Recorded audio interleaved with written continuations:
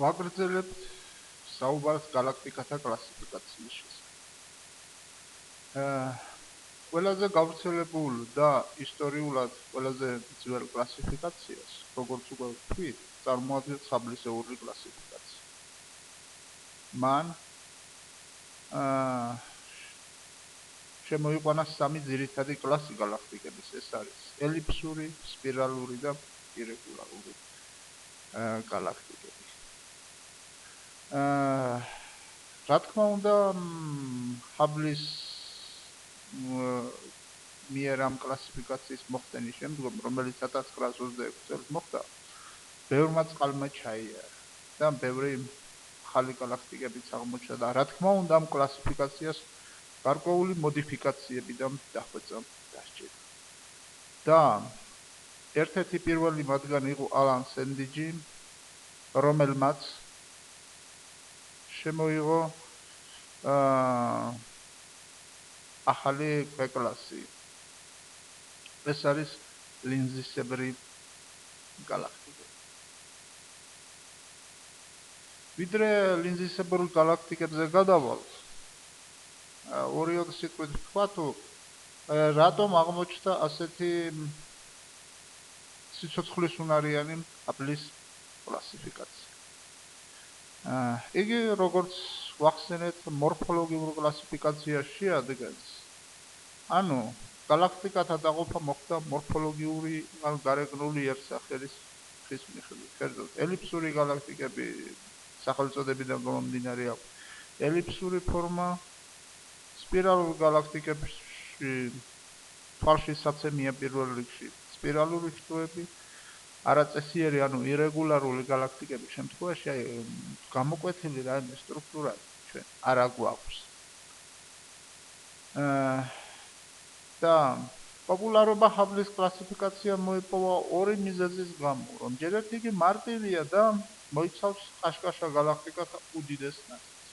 მეორე, ჰაბლის მიმდევრობა კარგ კორელაციაშია ისეთ ასტროფიზიკურ სიდიდეებთან, როგორც არის ბალჯისა და დისკის ნაყოფათა ფარდობა, გაზის შემცველობა, ვარსკვლავს წარმოშობის თვისებები, სპექტრი, ვარსკვლავთშორისეთის ნივთიერების ქიმიური შემადგენლობა და ასე შემდეგ.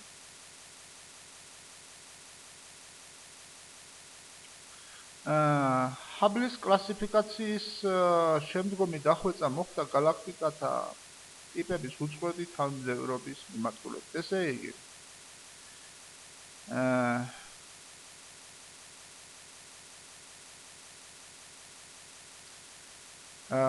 რომ ყოფილიყო გარკვეული შუალედური რგოლები, მაგალითად, სპირალურ და ელიფსურ galaktikებს შორის, ან სპირალურ და ირეგულარულ galaktikებს, აი წყვეტილი გადასვლა რომ არ ყოფილიყო მათ შორის. და მოხდა ისეთი ობიექტების გამოყოფა, რომელსაც ჰქონდა როგორც სპირალური, ისე ელიფსური თვისებები, თუმცა არც ერთი ტიპისა იყო საბოლოო ჯამში არც მეორე. ანალოგიურად მოხდა არაწესიერ და სპირალურ galaktikებს შორის, სენდიჯმა როგორც ვახსენეთ, გამოყო სპირალურ და ელიფსურ galaktikებს შორის გარდამავალი კლასი, ესაა ლინზისებრი galaktikები. ფორმა სახელწოდება გვეუბნება, რომ მათ გარკვეული ლინზისებრი ფორმა უნდა გააჩნდეთ. მათ გააჩნიათ სპირალურ galaktikata მსგავსად დისკური კომპონენტი, მაგრამ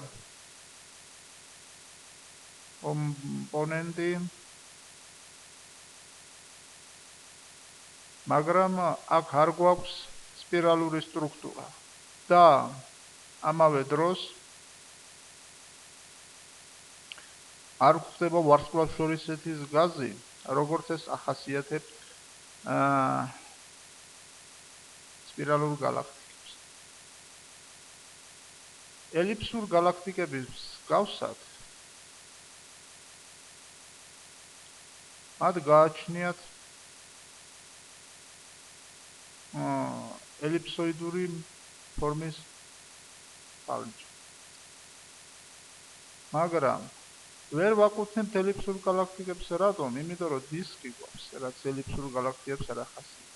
აგრეთვე გვაქვს წყვილის შემცველობა. თორემ დანარჩენი მსხვილი თუ ხედულობაში არ მივიღებთ შედარებით მკარათავ დისკს, იგი ელიფსურ გალაქტიკას მოჰყავს.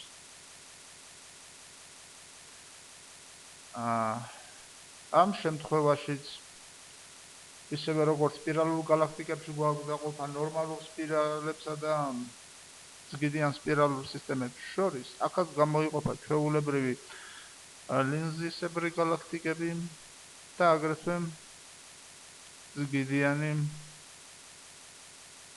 ლინზისებრი გალაქტიკები. ანუ აქ რა სიტუაცია გვაქვს? აქ გვაქვს მხოლოდ სფეროიდული ფორმის, ან ელიფსოიდური ფორმის ბალჯი და დისკი. ჩვეულებრივი ლინზისებრი გალაქტიკებში, ხოლო ზგიდიან ლინზისებრი გალაქტიკებში გვაქვს ბალჯი, გვაქვს დისკიც, მაგრამ ამ დროს არის კიდევ დამატებით ორივე მხარეს გამონაშვერი.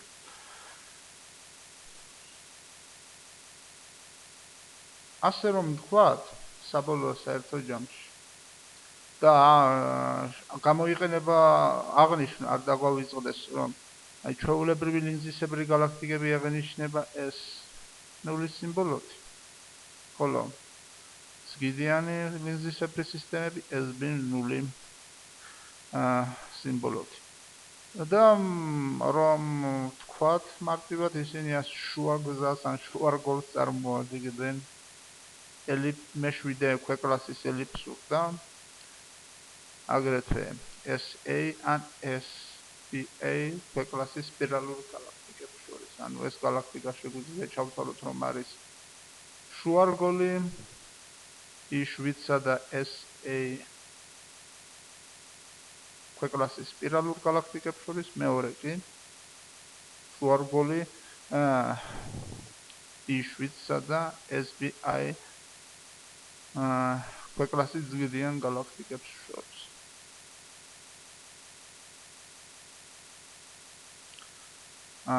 მოყვანილი არის კიდევ ერთი ნიმუში ჩვეულებრივი ლინზისებრი გალაქტიკის, ეს არის NGC 1201. აქ გვაქვს დისკი, გვაქვს ბალჯი, მაგრამ დისკზე ჩვენ არა გვაქვს სპირალური სტრუქტურა. და არ გვაქვს გაზის შემცველობა, როგორც ამ სპექტროსკოპული დაკვირვებები უჩვენებს. და აქ ძვირფასი ილუსტრაცია ზგიდიანი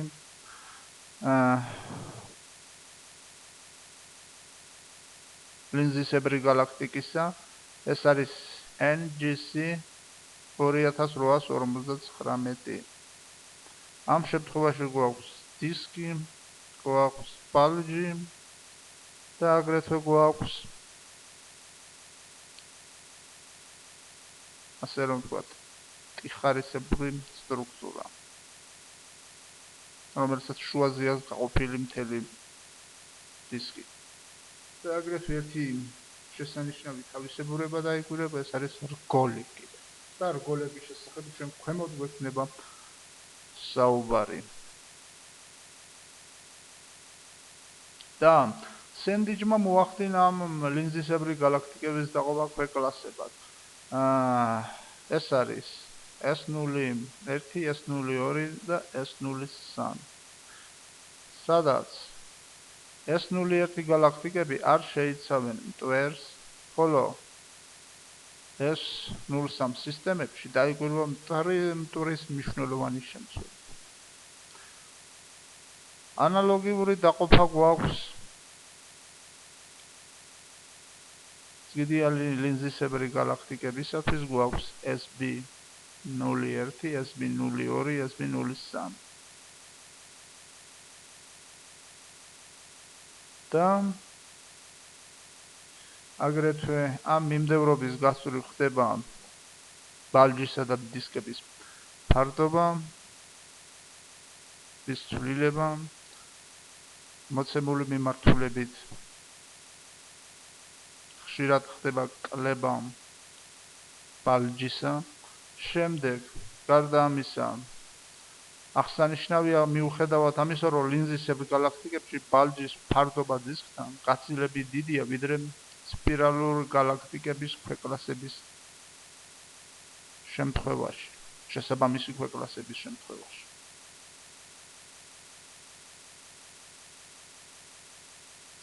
მაგალითად, აქ გვაქვს დიდიანი ლინზისებრი გალაქტიკის ერთ-ერთი ქვეკლასი SB2 ტიპის გალაქტიკა NGC 2787. აქაც გვაქვს ბალჯი და ეგვირვება ასევე კიდე და აგრეთვე გვაქვს ტურის საკმაოდ დიდი მასივი.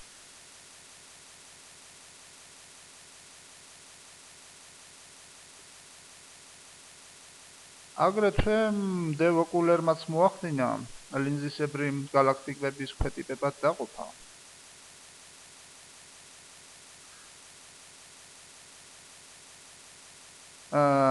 დისკის სიბრტყეში გაზის შემცველობისა და თვით დისკის სიმძლავრის თვალსაზრისით. გაზი ყოველ შემთხვევაში მაინც ძალიან მცირე რაოდენობით მაინც არის.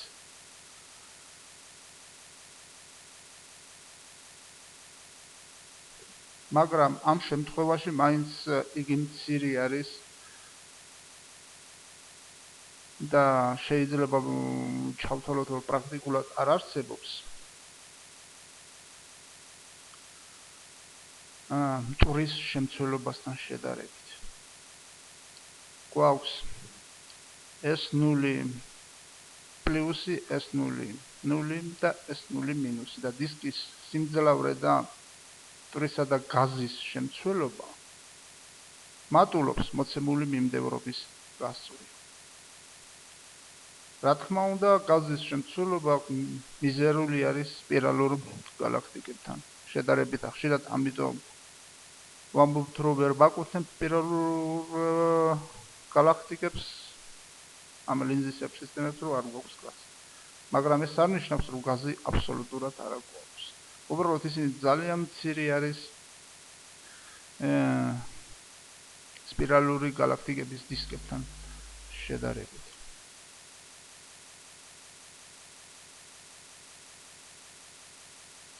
აი მაგალითად, მესიე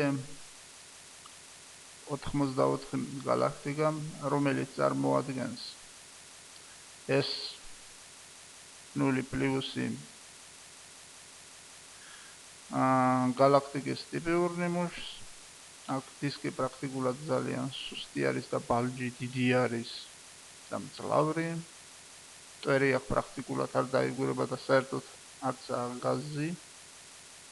და შემდეგ პირიქით S0 მინუსი ქვეტიპი და ესენი პრაქტიკულად წარმოადგენენ ეგრეთ წოდებულ თითისტარისებრ გალაქტიკებს, ვინაიდან ბალჯის გაწელილობაც მატულობს ამ შემთხვევაში, დაბრტყელების ხარისხი მეტი არის, ტურისა და გაზის შემცველობა გაცილებით დიდია და რა თქმა უნდა, გაზი მაინც ასევე მარტივად ვთქვათ, უმცირესობაში რჩება და მიზერულია მაინც მისი რაოდენობა.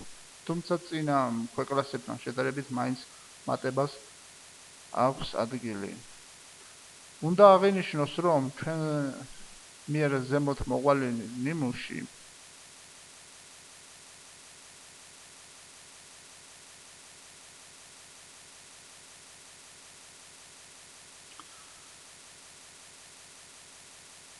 გალაქტიკა NGC 5866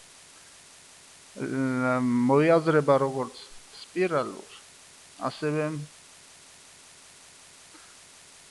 ლინზისებრ გალაქტიკად. ამ შემთხვევაში თუ იგი ნამდვილად ლინზისებრი გალაქტიკა, შეგვიძლია მივაკუთვნოთ ეგრეთ წოდებულ თითისტარისებრ გალაქტიკებს, ანუ S0 მინუსი. ან პრაქტიკულად თუ გამოვიყენებთ სენდიჩისეულ დაყოფას, მაშინ იგი შეგვიძლია ჩავთვალოთ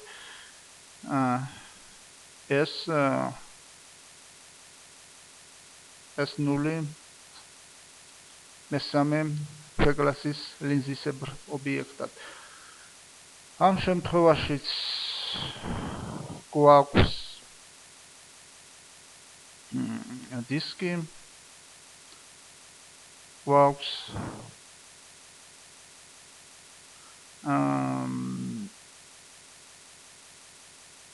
ბალჯი, რომელიც უკვე საკმაოდ შემცირებულია და გვაქვს ასევე მტვრის დიდი მასა. მაგრამ აქ ჰალოს არსებობა გვაურავდებინებს, რომ ეს უფრო უნდა იყოს სპირალური სისტემა.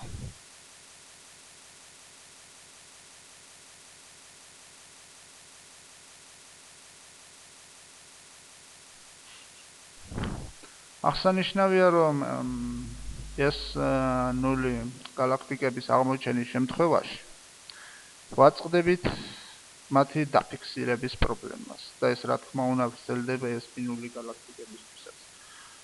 თუკი ჩვენ ვიმყოფებით ზუსტად მათი დისკის სიბრტყეში, ისინი ამ დროს ზუსტად იგივენაირად გამოიყურებიან, როგორც ელიფსური galaktikები გავრცობილი ხალოებით. ქვემოთ მოვიყვანოთ ერთი საინტერესო დიაგრამა. ეს არის განაწილება ელიფსური galaktikis მცირე და დიდი ნახევარღერძების ფარდობისა, შესაბამისი ერთ ღერძზე გადაზომილი არის კონკრეტული ფარდობის მნიშვნელობა და მისი წილი ამ ფარდობის მქონე ელიფსური სისტემის წილი მთლიან რაოდენობაში. ელიფსურ galaktikათა სრულ რიცხვში. ხოლო ანალოგიური ფარდობა აღებული არის ოღონდ ლინზისებრი galaktikis ბალჯისათვის, მისი მცირე და დიდი ღერძების ფარდობა. ლინზისებრი galaktikების შემთხვევაში. კერძოდ 0 რა თქმა უნდა ამ ღერძების ფარდობისა უდრის წრფივ ფორმას და პრაქტიკულად არც დაიკვირვება ასეთი ობიექტი ბუნებაში. ჩვენ ვახსენეთ, რომ S7-ზე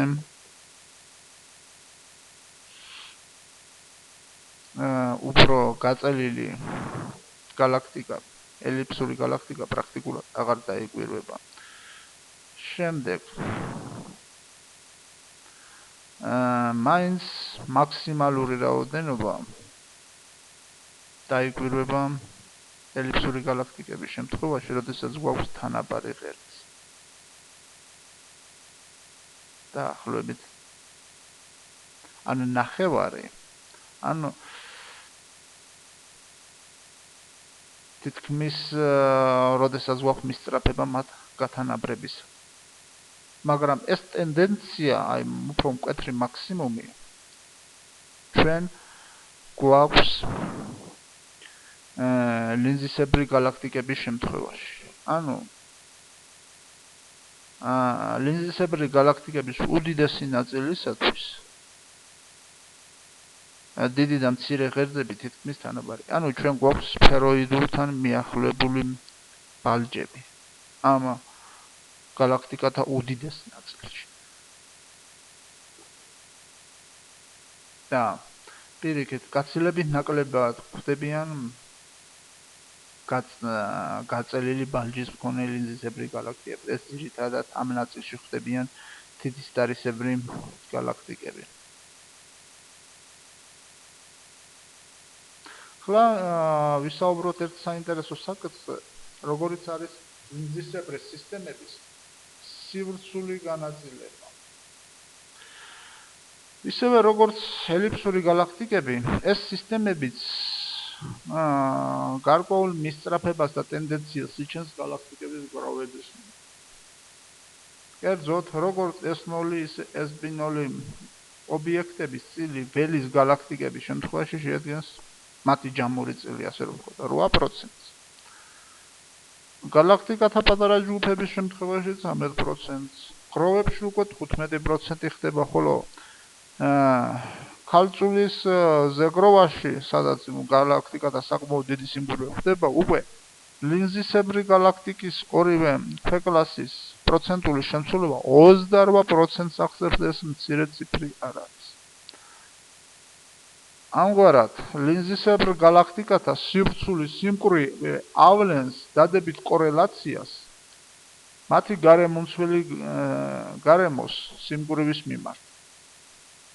და ელიფსურ galaktikათა მსგავსად ეს შეიძლება ასახავდეს იმ ფაქტს, რომ ისინი შეიძლება წარმოშობილიყვნენ სპირალური სისტემების შერწყმის შედეგად. ჩვენ ვახსენეთ, რომ ამჟამად მიღებული ევოლუციური მოდელის მიხედვით ელიფსური galaktikები შეიძლება იყოს ნაყოფი სპირალური სისტემების შერწყმისა. ამაზე მეტყველებს ის ფაქტი, რომ მეტად დიდ წითელ წანაცვლებების შემთხვევაში, ანუ შორეულ წარსულში ელიფსური galaktikები ნაკლებად დაიკვირვება და მათი წილი თანდათანობით მატულობს ახლო წარსულისაკენ, როდესაც მოვდივართ. ამასთან galaktikათა გროვებში სპირალური galaktikები გაცილებით ნაკლებად დაიკვირვება 10-დან 20%-მდე მათი შემცველობა, როდესაც 50%-ს აღემატება მათი წილი.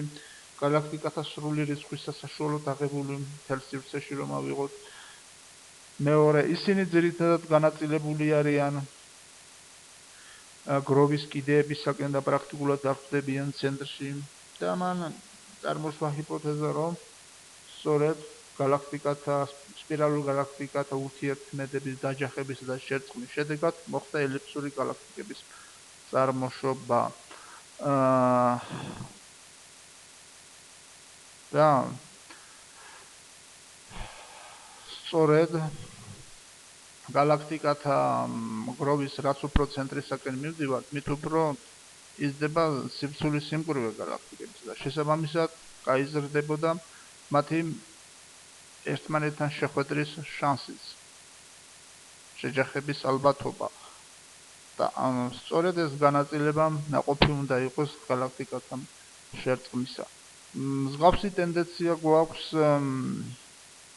ის არის ამ ლინზისებრი galaktikების შემთხვევაში და ისინი შესაძლო არის წარმოიშვნენ სწორედ სპირალური galaktikების შერწყმის შედეგად. ხოლო გაზის არარსებობა